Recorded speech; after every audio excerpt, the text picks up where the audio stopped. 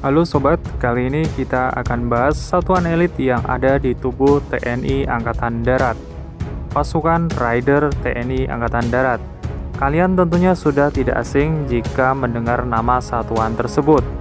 Ya, Raider adalah satuan tempur yang dimiliki Tentara Nasional Indonesia Angkatan Darat. Nah, ternyata ada dua spesifikasi Raider dalam tubuh TNI Angkatan Darat, yaitu Raider biasa dan Para Raider. Sudah tahukah kalian perbedaan dari dua satuan tersebut? Yuk, mari kita bahas. Raider dan Para Raider sama-sama bentukan dari Kostrad. Raider merupakan pasukan elit TNI berada di bawah pasukan komando. Secara umum, Batalion Raider tak berbeda dengan prajurit Batalion Infanteri. Namun, kemampuan individu Raider lebih baik dari prajurit infanteri. Sebagai bagian Kostrad, prajurit Raider telah memiliki kemampuan kualifikasi intai tempur dan lintas udara. Sesuai dengan namanya, Batalion Raider didesain untuk mampu melakukan serangan secara cepat dan mendadak meskipun dalam unit kecil. Batalion Raider terdiri dari 747 personil yang sangat terlatih. Mereka memperoleh pendidikan khusus selama 6 bulan berturut-turut dengan melakukan perang modern, anti-gerilya, hingga pertempuran-pertempuran panjang atau berlarut-larut. Setiap personil dari Batalion Raider dilatih untuk memiliki kemampuan yang lebih baik dari batalion infanteri biasa. Pada saat latihan, mereka dilatih untuk melakukan penyergapan dan mobil udara, seperti terjun dari pesawat atau helikopter. Lama pendidikan prajurit Raider adalah 84 hari. Pendidikan ini dilakukan dalam 3 tahap, yaitu tahap basis, tahap gunung dan hutan, dan tahap rawa laut. Sejumlah 50 orang personil dari 747 orang dalam satu batalion Raider memiliki kemampuan anti-teror dan keahlian-keahlian khusus lainnya yang sudah pasti dapat diandalkan. Ide membentuk pasukan elit di seluruh Kodam dicetuskan oleh Kepala Staf TNI Angkatan Darat Jenderal TNI Riyamizard Riyacudu pada tanggal 22 Desember 2003. Kemunculan kembali Batalion Raider ini tak lepas dari kiprah seorang mantan Kasat Jenderal TNI Riyamizard Riyacudu yang saat itu merasa geram melihat aksi separatis Gerakan Aceh Merdeka atau biasa disebut GAM. Pada tanggal 22 Desember 2003, batalion ini resmi dibentuk dari 10 batalion dan diambil dari 8 batalion infanteri Kodam serta 2 batalion infanteri Kostrad non-lintas udara.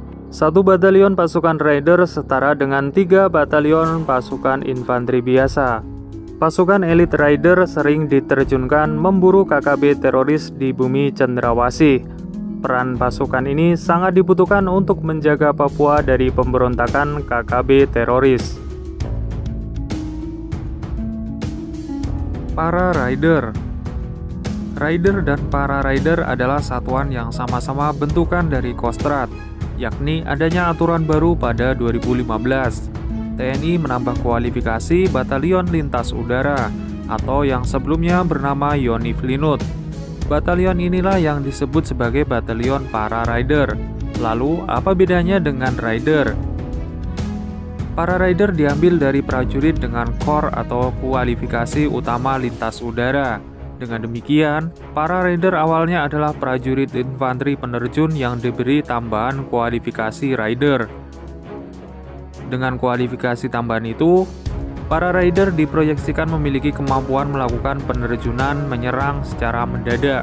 Karena itu, Para Raider ini harus memiliki kemampuan di segala medan mulai perkotaan, hutan, gunung, sungai, rawa, laut, pantai, juga udara. Itu sebabnya dalam pendidikan selama hampir 3 bulan, pasukan Para Raider digembleng latihan dalam 3 tahap. Ketiga tahap itu adalah tahap basis, tahap gunung hutan, dan tahap rawa laut.